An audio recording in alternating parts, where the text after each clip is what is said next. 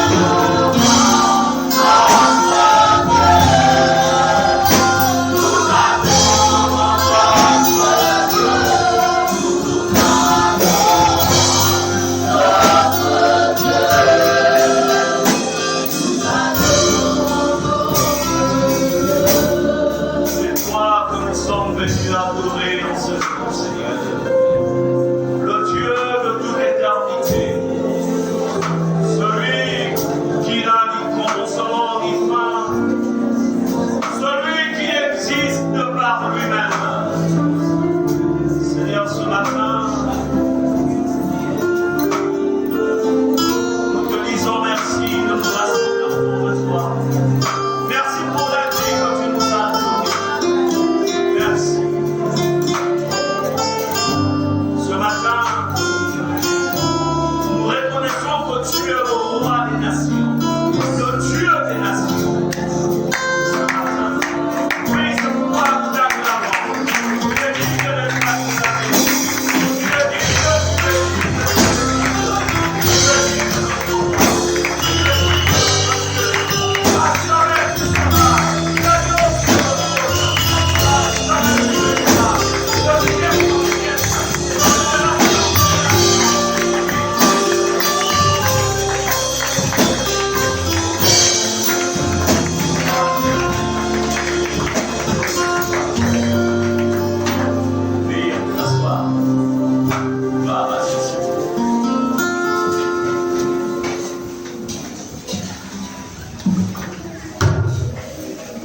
Bonjour, bonjour.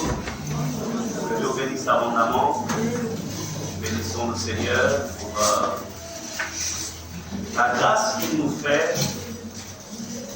Je ne dirais pas d'être parmi les vivants parce qu'en fait, ceux qui appartiennent à Jésus, qu'ils soient sur la terre ou au ciel, sont tous vivants. Amen.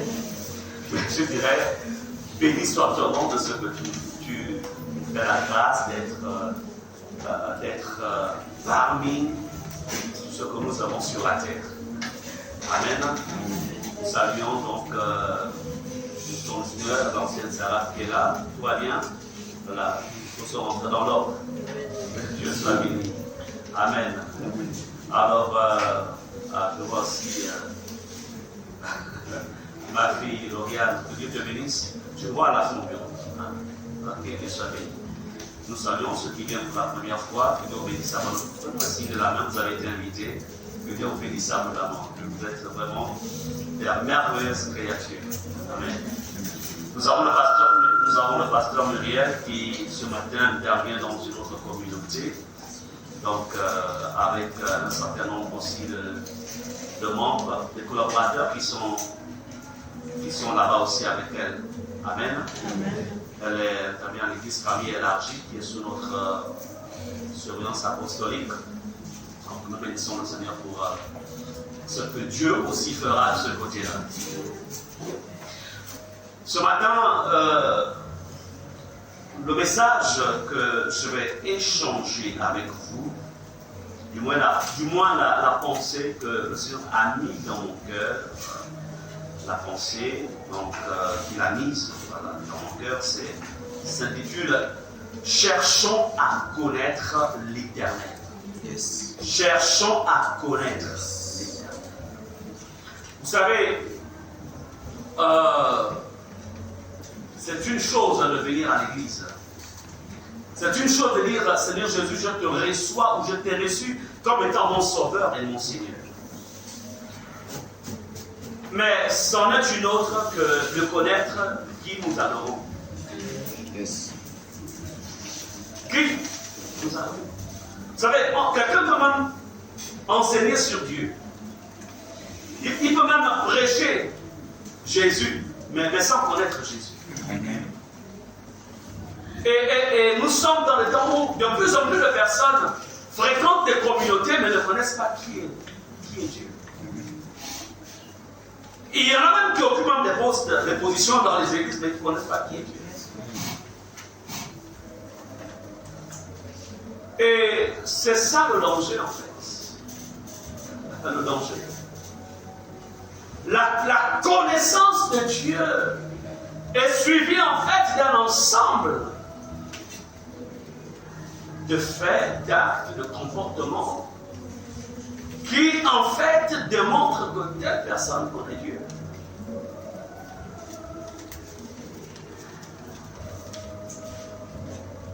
Si la Bible dit cherchons à connaître l'Éternel, cherchons à connaître, ça veut dire tout simplement qu'il y a certains qui n'ont pas daigné chercher l'Éternel.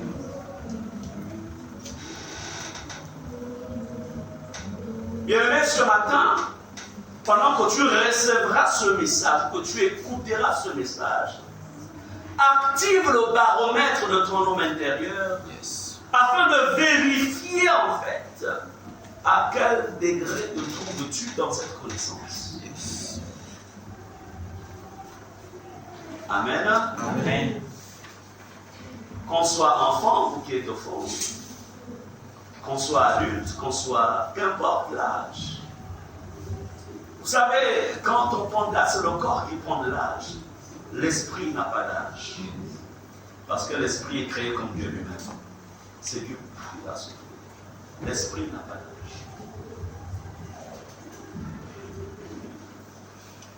Il y a une crise de la connaissance de la personne de Dieu. Il y a une crise. Je ne veux pas parler d'une crise de fréquentation de lieux de culte. Je parle de la crise de la connaissance de Dieu. Et cela a un impact. Et peut-être comment comprendre. Un moment, je méditais là-dessus cette semaine. Au temps de Noé, il y avait plus d'1 million d'habitants. Ou peut-être même ça va avoisiner le milliard. Parce que la terre a toujours été peuplée. Dieu dit à Noé, écoute, il y a tellement de méchanceté sur la terre. Il ne dit pas, il n'y a personne qui parle de moi. Il dit, il y a tellement de méchanceté que j'ai décidé de détruire la terre. Bâtir une arche dans laquelle, en fait, toi et tes fils et tes beaux-filles, en fait, vous y entrerez. Et Noé commence à danser, prêcher la parole, annoncer la parole. Comment comprendre que, imaginons que c'était 1 milliard d'habitants, ou 100 millions d'habitants, mais parce qu'il y avait, ou parce qu'il y a eu une crise de la connaissance de Dieu, il n'y a que Noé, sa femme, et ses filles et ses beaux-fils qui furent sauvés. Donc, prenons juste 1 million, n'allons même pas 1 milliard, sur 1 million, juste 8 personnes, juste une famille. Tous. Pourquoi? Par manque de la connaissance de Dieu.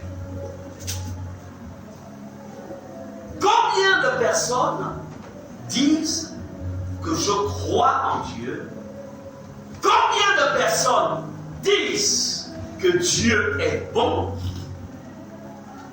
Mais cependant, ils marchent avec Dieu avec leurs propres standards. Beaucoup de personnes dans les églises marchent avec Dieu selon leurs standards. Mais quand on connaît Dieu, on laisse ses standards. Amen. On adopte les standards de Dieu. Amen.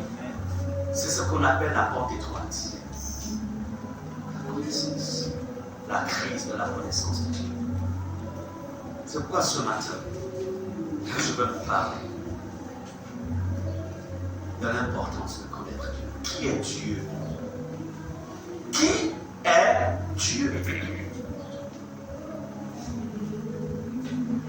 Ésaïe 36, verset 5. Écoutez, c'est la question que Dieu pose aux hommes de cette génération et qu'il pose aussi à ceux de la génération présente. Il dit, à qui me comparerez-vous? Ésaïe 36, verset 5. À qui me comparerez-vous pour le faire mon égal?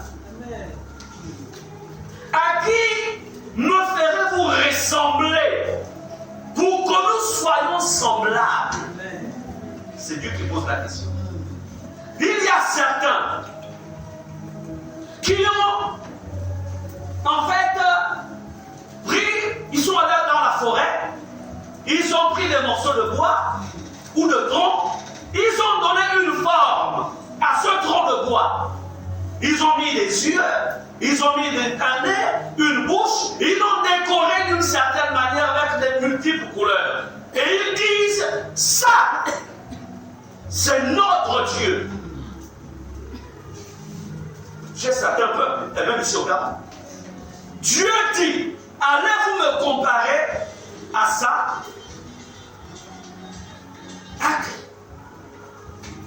Me comparerez-vous? Amen. Amen.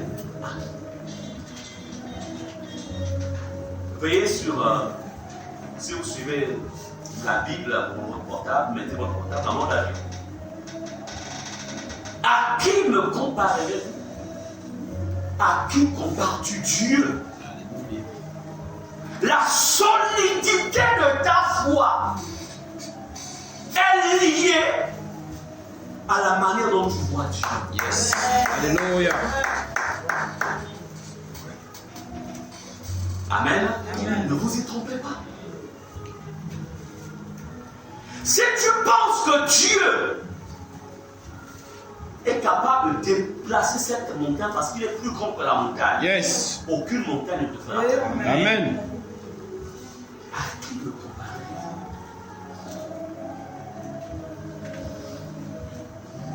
Pour le faire mon égal. Allons-y dans Osée 6, verset 3. Ici, c'est Osée. Il interpelle aussi ceux de sa génération. Comme aujourd'hui nous sommes, vous êtes interpellés. Il dit, Osée 6, verset 3. Connaissons, cherchons à connaître l'Éternel. Sa venue est aussi certaine que celle de l'aurore. Pour moi, c'est la première partie qui m'intéresse. Osée interpelle ceux de sa génération. Connaissons, cherchons à connaître l'Éternel. Bien-aimés, je vais demander à l'ancienne Sarah de venir ici. Viens avec tout ce que tu as là. Voilà. Mets-toi là. Ça appartient à l'ancienne Sarah. Il y a elle, la personne de l'ancienne Sarah, et il y a ce qui lui appartient. Alors, c'est une chose, si je dis écoute, est-ce que tu peux, s'il te plaît, me donner ton portable? Elle me le donne. Elle me donne ces choses.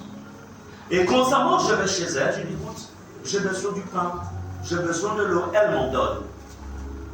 Mais est-ce que ça veut dire que je la connais forcément? Non. Je dirais vraiment, cette jeune dame, mais elle est gentille, elle a un bon cœur.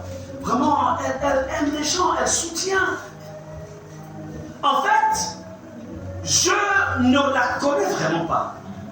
Mais j'ai une idée de ce qu'elle est à partir de ce qu'elle fait. Est-ce que vous comprenez cela? Et c'est le problème de beaucoup aujourd'hui avec Dieu.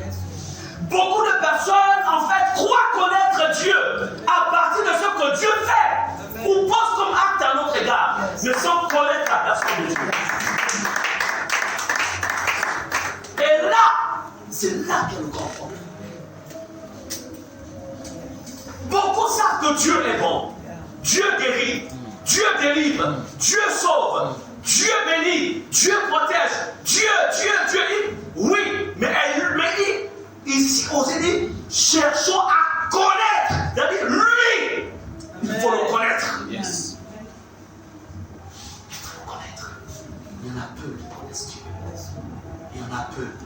Je prie le Seigneur que ce matin, il y a une Alléluia. Alléluia.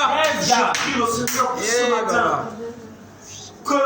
qu'il y ait un changement de paradigme à l'intérieur de vous. Amen. Je prie le Seigneur ce matin. Cherchons à connaître l'Éternel. Cherchons. Genèse 17, verset 1. Écoutons ce que la Bible nous dit. Lorsque Abraham fut âgé de 99 ans, l'Éternel apparut à Abraham. Et lui dit, je suis le Dieu Tout-Puissant. Marche devant ma face et sois intègre. Wow. Regardons ce que... Écoutez, Abraham, Dieu n'a pas changé. Hein? Dieu ne se manifestait pas à Abraham physiquement. Parce que Dieu est esprit. L'homme est chair. C'est-à-dire qu'il est dans une enveloppe. Donc on ne peut pas voir Dieu face à face comme ça. Mais comment comprendre que Dieu demande à Abraham? Il dit, marche devant ma face. Est-ce que Abraham voyait la face de Dieu physiquement? Non. Mais Abraham avait atteint une certaine dimension de connaissance de Dieu au point où Dieu dit à Abraham, marche devant ma face. Yes. Sois intègre. Ça, c'est ce que Dieu a dit à Abraham. Toi, qu'est-ce qu'il te dit? Yes. Que tu t'es dit? Que t'a-t-il souvent dit? La connaissance de Dieu.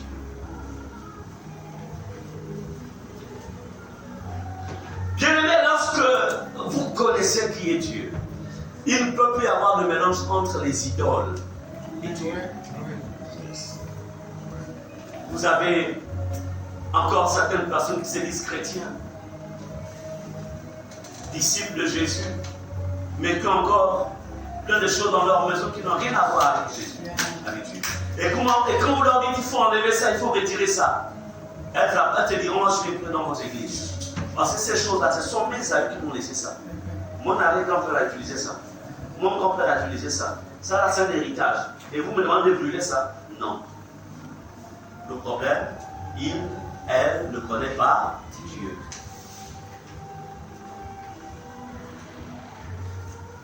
Quand on connaît Dieu, on prend le parti de Dieu. Amen. Que sais-tu? Que sais-tu? Que connais-tu de lui? Qui est Dieu? Celui à qui ce matin nous avons chanté les cantiques. Certains ont dansé, d'autres ont peut-être dansé dans leur esprit, mais je sais que danser, on danse avec le corps. L'autre était en train de regarder. D'autres, peut-être étaient en train de prier dans le cœur. Mais la réalité, c'est que sais-tu de Dieu? Qui est Dieu?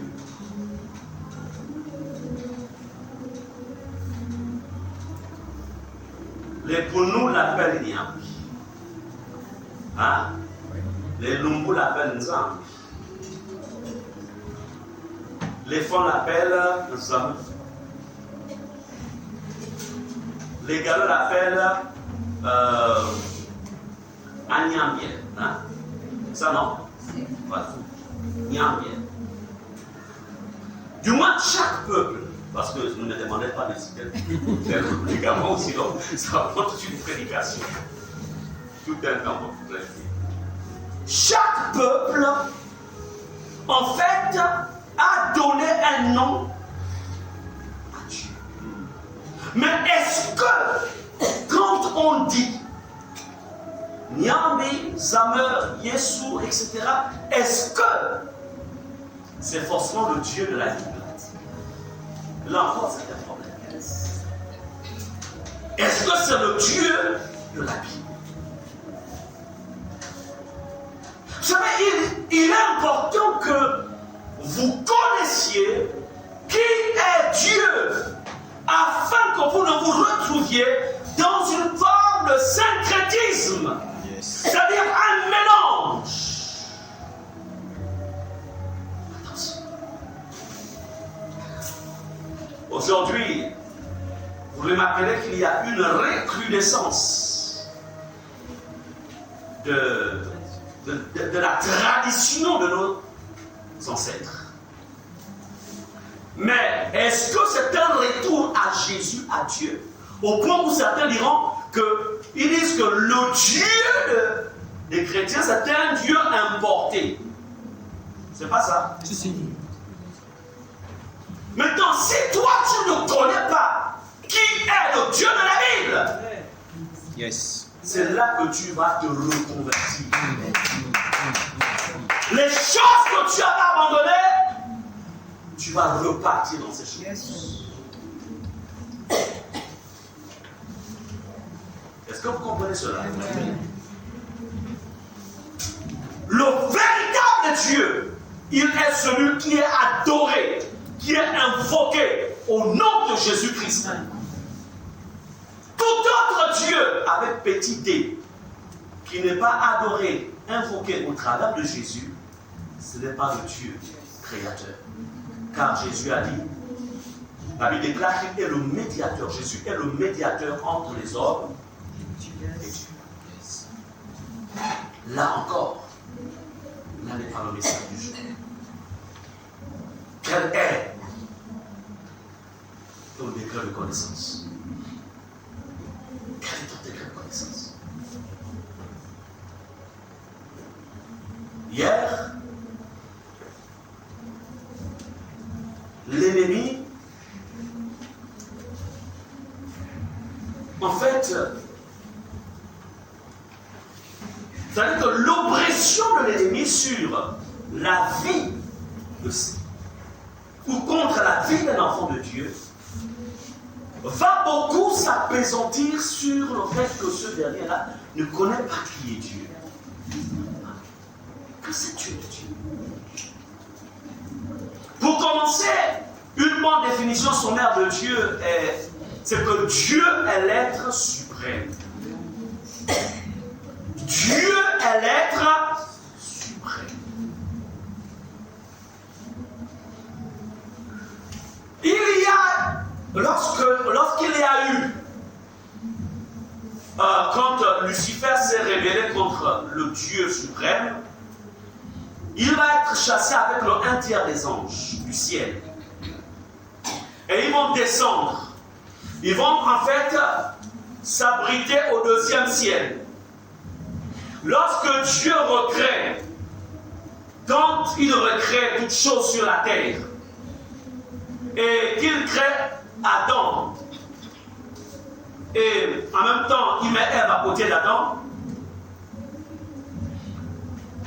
Lucifer en fait va tout faire pour arracher la gestion de la terre à l'homme.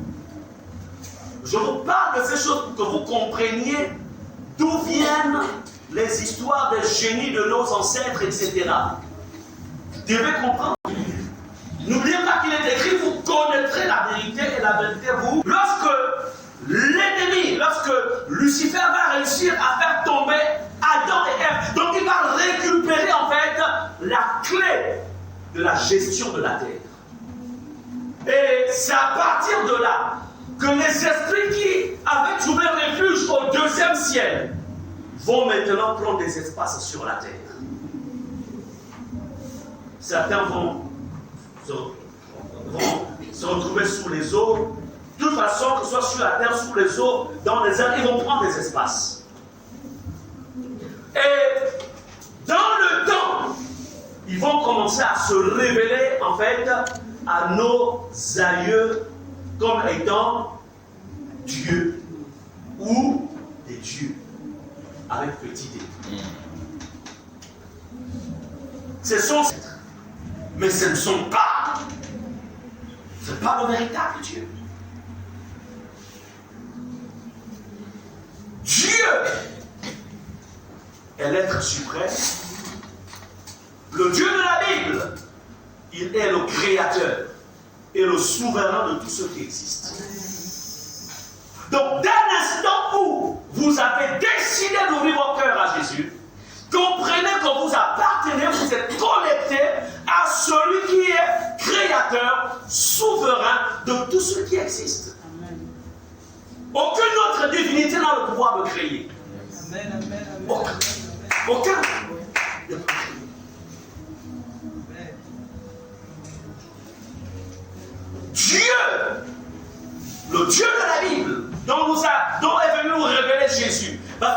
que celui qui m'a vu a vu le Père.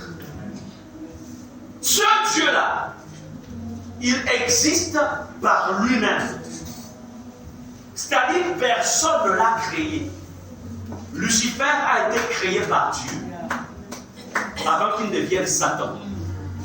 Tous les autres esprits qui sont devenus des génies aujourd'hui, ce sont des anges déchus. Ils ont été créés par Dieu. Mais ce qu'on peut comprendre, c'est qu'en fait, Dieu ne se répand pas de ses dons. Dieu, quand ils étaient en fait au service de Dieu, ils avaient certains pouvoirs. Donc quand ils ont été chassés, ils sont partis du ciel avec leur pouvoir. C'est avec ces pouvoirs-là qu'ils séduisent les êtres humains, les ignorants, les aveugles. C'est pourquoi nous avons besoin de la parole, pour que la parole qui est lumière nous ouvre à nouveau les yeux, afin de ne pas être séduit et trompé. Est-ce qu'on est ensemble?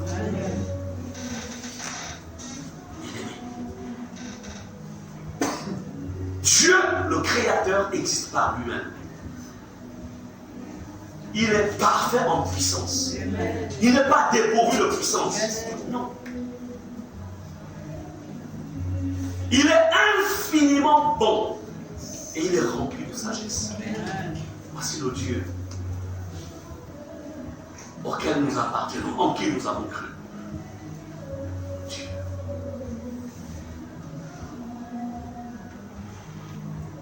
Amen. C'est pourquoi dans Genèse 1, au verset 1, il est écrit: au commencement, Dieu créa les cieux et... Pour démontrer que le Dieu de la Bible, il est le Dieu créateur. Il crée. Créer signifie, il y a une différence entre inventer et créer. On invente toujours quelque chose sur la base de ce qui existe. Dieu n'est pas un inventeur, mais Dieu est un créateur. C'est différent. Comme pour dire, quelle que soit l'orientation ou le vide qu'il y a dans ta vie, Dieu, en tant que créateur, il est capable de créer ce qui n'existe pas. Il est le créateur. Lorsque tu connais Dieu comme étant le créateur, en fait, tu demeures dans la foi. Yes. Comme lorsque Abraham, il épousa sa femme très jeune. Mais c'est à 90 ans qu'elle fut conçue. Il savait que Dieu est créateur. Et que le nombre d'années n'affectait pas sa dimension de créateur. Et si Dieu a dit qu'il me donnera un fils, je crois en cette parole, il me donnera un fils. Le Dieu créateur, il n'est pas un gynécologue, il n'est pas un scientifique, il est d'abord créateur. Et lorsque quelqu'un ne comprend pas la dimension de la création en Dieu ou de Dieu, c'est là que plusieurs se découragent.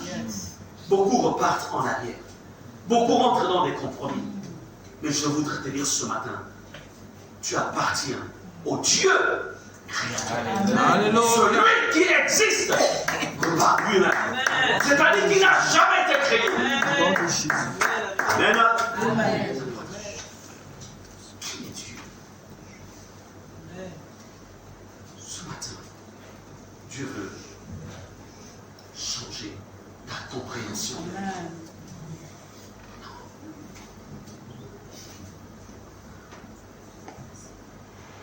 Dieu, en tant que créateur, comprenez qu'il existe éternellement. Le Dieu que nous avons vu, dont nous rapporte la Bible, le Dieu de l'Ancien Testament, la manière dont il a agi dans l'Ancien Testament, il est le Dieu d'aujourd'hui. Et il sera le Dieu de demain.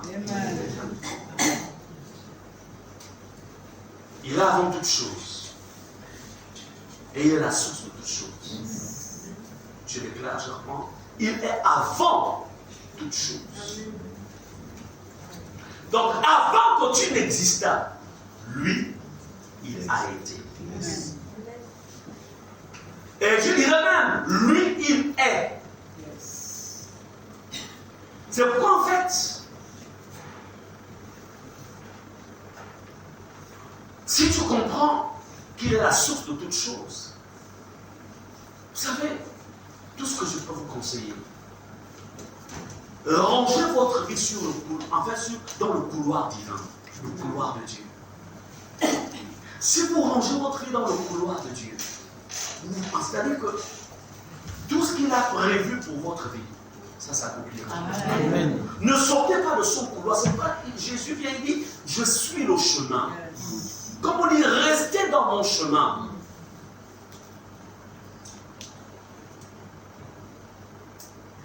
Est-ce que vous imaginez qu'il a créé la mer, ce que vous voyez, ce qu'on voit au bord de mer, la mer que vous voyez là, il l'a créé à partir de rien. Les nuages qui sont au-dessus de nos têtes, il a créé cela à partir de rien.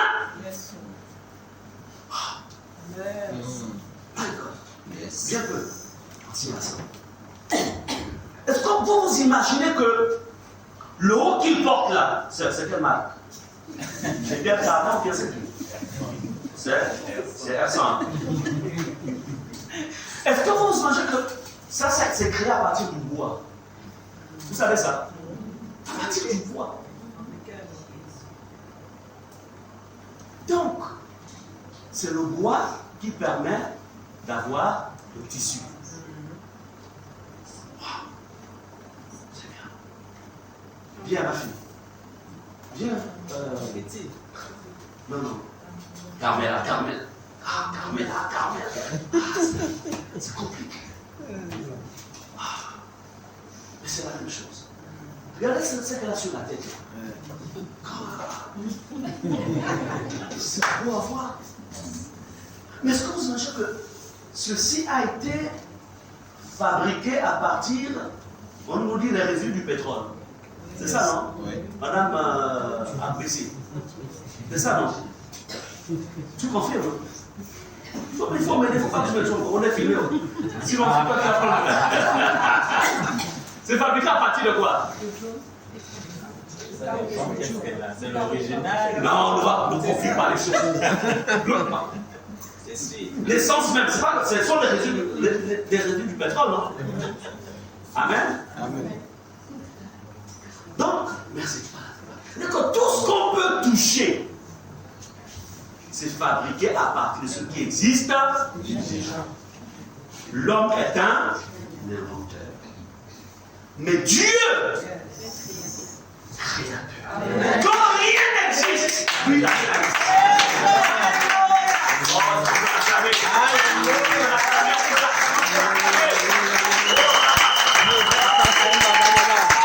Alléluia.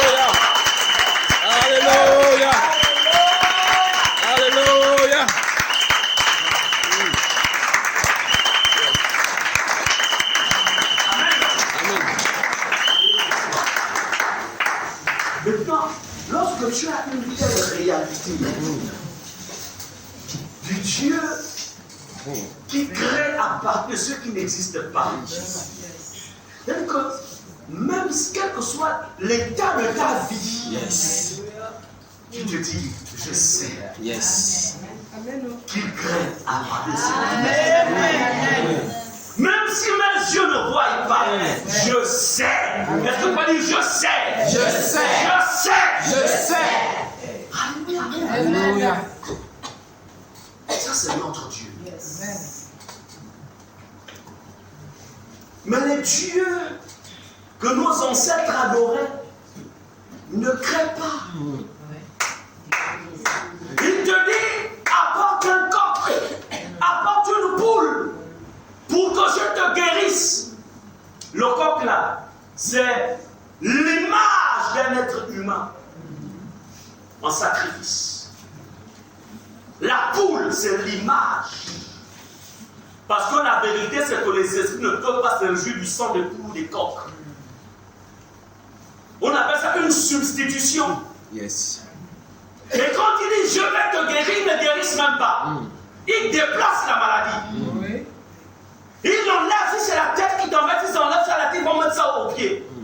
Et il y a des négociations dans leur ministère, après ils font toujours des négociations. Ce sont le temps des négociations.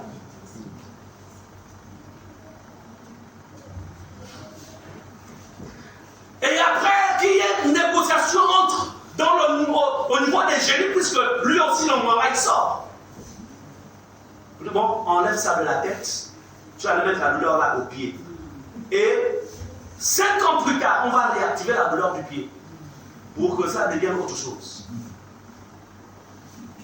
Les ténèbres, les esprits n'ont pas la capacité de créer parce qu'eux aussi ils sont limités.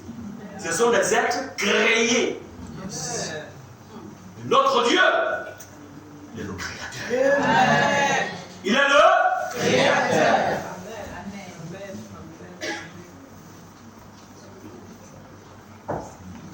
Ces gens-là, ils ne peuvent pas, ça dit que si on est ensemble au même endroit, ils peuvent tromper les autres, mais moi ils ne peuvent pas me tromper. Parce qu'on ne trompe pas Dieu. Et si on a l'Esprit de Dieu, et si on connaît Dieu, il va te révéler les choses.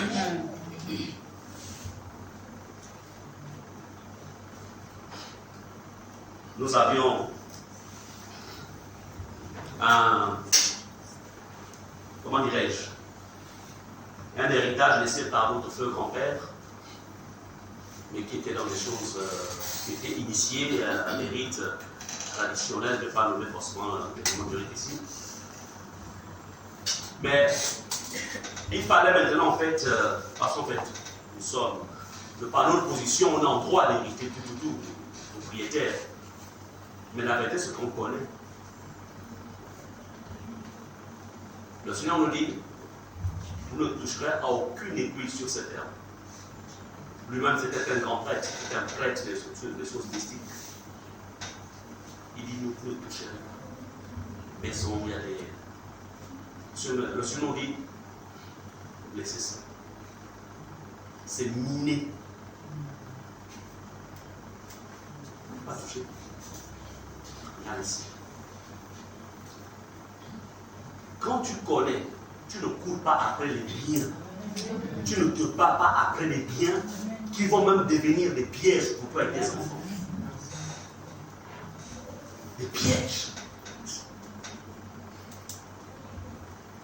C'est dans un quartier de Libreville, pas le nom du quartier. C'est pour vous démontrer, attendez, quand ces choses-là étaient entre les mains de X, on va pas vraiment les détails, vous ne mangiez pas. Vous viviez dehors? Non. Vous étiez malheureux? Non.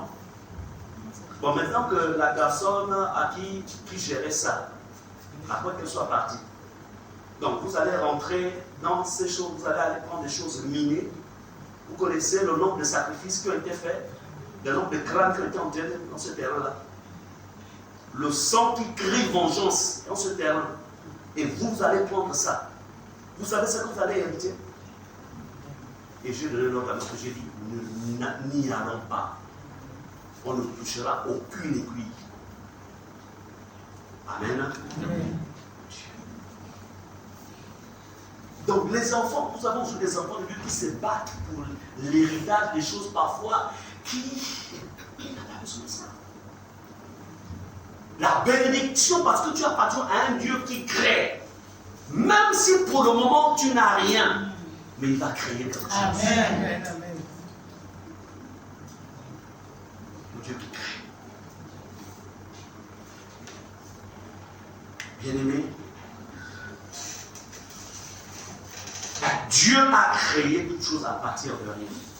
Quelle que soit la situation de ta vie, de tes enfants. Yes. Je vais te dire une chose, à partir de rien, à partir de rien, à partir de rien, il va créer. Amen.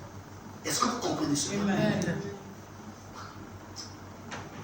C'est dommage qu'à l'époque où nous vivions, où nous étions encore enfants, pas encore les téléphones portables. Parce que si je pouvais filmer là où nous habitions, quand on était encore enfant, jusqu'à un certain âge, si on pouvait filmer et que je vous montrais ça aujourd'hui, ah bon? Parce que vous avez vécu un endroit comme ça? Oui, on a vécu dans cet endroit. Un endroit, quand il pleuvait, l'eau entrait. L'eau des fosses, ça rentrait. Les rats étaient nos voisins. On cohabitait dans la même chambre. Mais ça, on appelle ça une histoire. Yes. Amen, amen. Yes. Est-ce que vous comprenez ça? Amen. C'était compliqué. Mais nous paraissions être rien. Ça, c'était aux yeux des hommes. Mais dans l'histoire de Dieu, il savait qu'à un moment, il changerait l'ordre des choses. Amen.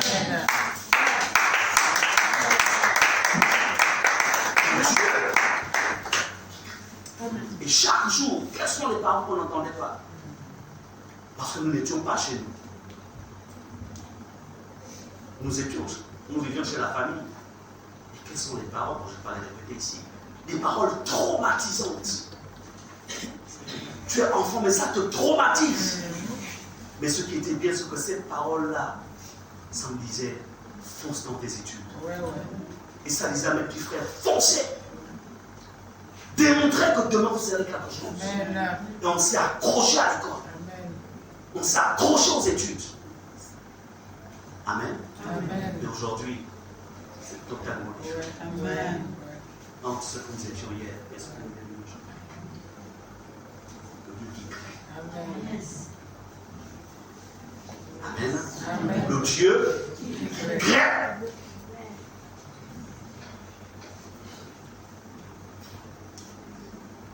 S'il vous plaît, accrochez-vous à Dieu. Yes.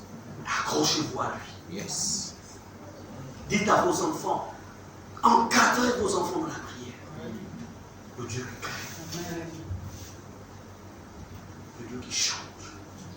C'est pourquoi nous sommes sensibles aux besoins des gens. Parce qu'à travers les besoins des gens, des personnes, on voit notre propre passé. Et Dieu aussi a bien fait. Mon épouse, le pasteur Muriel, venant d'une classe assez élevée, ce n'est pas n'importe quelle femme qui est là. Ses parents ont occupé des hautes fonctions dans la société. Mais Dieu qui savait qu'il l'appellerait au ministère, puis la joindrait à un homme de Dieu, il a enlevé de la haute classe. Souvent j'ai dit, parfois je dis, tu sais, quand parfois je fais le split, ah, mais toi tu es dans le courant, je dis, chérie, tu sais. Moi, quand j'étais à la chaleur,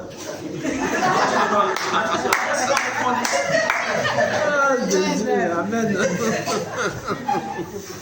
Yes. Regardez comment Dieu va joindre de destinée. Il l'enlève de la gloire. Il permet qu'elle subisse une persécution. Son père la chasse, les chasse en passant avec sa petite soeur que je le prends du Seigneur. Et elle va partir de là, c'est-à-dire que de la première classe. On ne dira même pas troisième classe, elle va descendre en dessous de la troisième classe. Elle va aller habiter à Avia.